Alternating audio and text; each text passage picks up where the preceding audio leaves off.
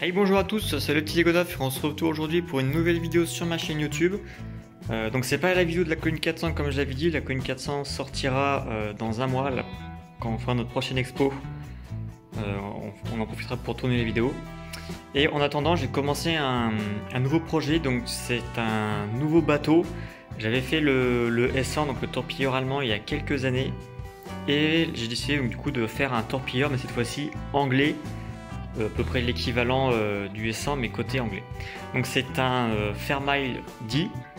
Je l'ai commencé il y a un mois et dans cette vidéo je vais vous présenter la première étape de construction qui est que j'ai fait la coque inférieure ainsi que la proue. Donc en tout il y aura 3 étapes. Donc là c'est la première. La deuxième étape ça sera tout l'intérieur avec les panneaux latérales et la troisième étape ça sera le pont. Donc dans cette vidéo, je vais vous montrer un petit peu les avancées, vous expliquer le modèle. Donc là, le modèle fait un peu plus de 1 mètre de long et est large d'environ 25 cm. Donc là, bon, la construction, on ne la voit pas, c'est le dessous de la coque qui est un peu plus joli. Parce que là, vous voyez des plaques beiges, des plaques roses, ça va être recouvert en fait par l'intérieur. Et j'ai utilisé donc justement ces codes couleurs parce que déjà les plaques de ces couleurs là sont les moins chères dans leur catégorie.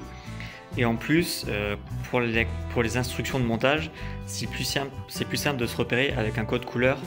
Alors que si c'était toute une couleur unie, ça serait plus compliqué. Parce que oui, les instructions seront en vente comme le S100, je les mettrai en vente. Donc c'est pour ça qu'il y a tout un travail par rapport à ça. Donc là actuellement c'est tout en un seul morceau. Donc je vais le retourner pour vous montrer un petit peu à quoi ça ressemble. Donc c'est très simple, hein. Tout se soulève en un morceau, c'est solide, hop, on le retourne, donc à une main c'est pas très pratique, je le remets sur le pied. Voilà. Donc voilà, donc là je l'ai retourné, donc c'est pas fait pour être retourné comme ça, mais là c'est la première étape en gros. Donc on a les 2 gouvernails à l'arrière, on a les 4 moteurs, les 4 hélices. Du coup, il y aura 4 moteurs à l'intérieur et on a ensuite tout le dessous de la coque. Donc on essaye de faire la coque voilà, la plus fine possible et par rapport à ce que ça ressemblait pour de vrai. Donc là on a le bateau retourné. Donc on a aussi un travail, donc j'ai également fait la pointe, la proue, donc, qui normalement devrait être plus creusée et revenir, mais j'ai pas réussi à la faire et les slopes que j'ai utilisés, j'ai utilisé les plus pentus, les plus anglais. Sinon après c'était taille. Et voilà, donc là déjà tout ce que vous voyez là ça c'est solide et ça prend dans une main. Voilà. On va le remettre sur le dessous.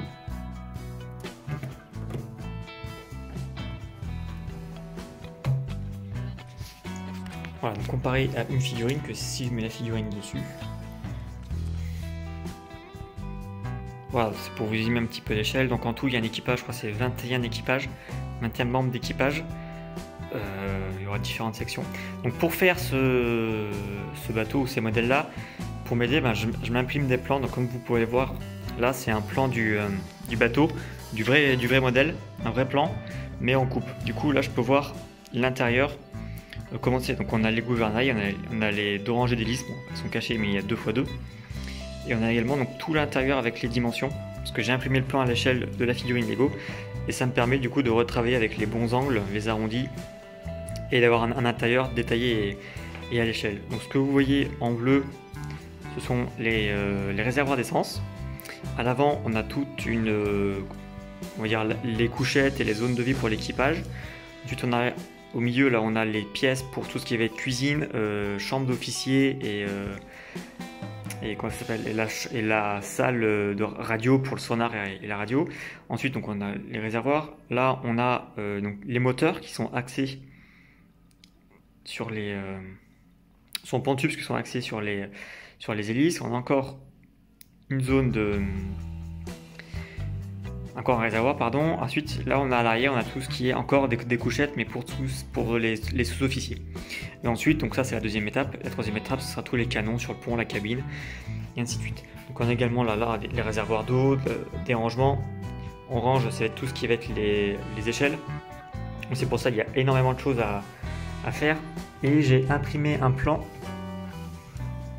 hop, en vue de dessus, où j'ai redessiné au crayon, parce qu'on ne voyait pas bien les zones. Donc là, on voit bien les 4 réservoirs, les gros réservoirs, les 4 moteurs du coup qui sont inclinés avec en pointillé les axes pour les hélices. Donc là, on voit bien les couchettes, l'échelle qui est là. À chaque fois, il y a des portes pour des sanitaires. Pareil, hein, donc là, on a les 4 pièces avec un couloir au milieu. Donc là, on a la cuisine. Là, on a une couchette pour le capitaine. Là, on doit avoir une deuxième chambre, je crois. Là, on a les toilettes pour le capitaine. Là, on a la salle radio. Et puis là, on a donc toutes les couchettes avec sanitaires en pointe.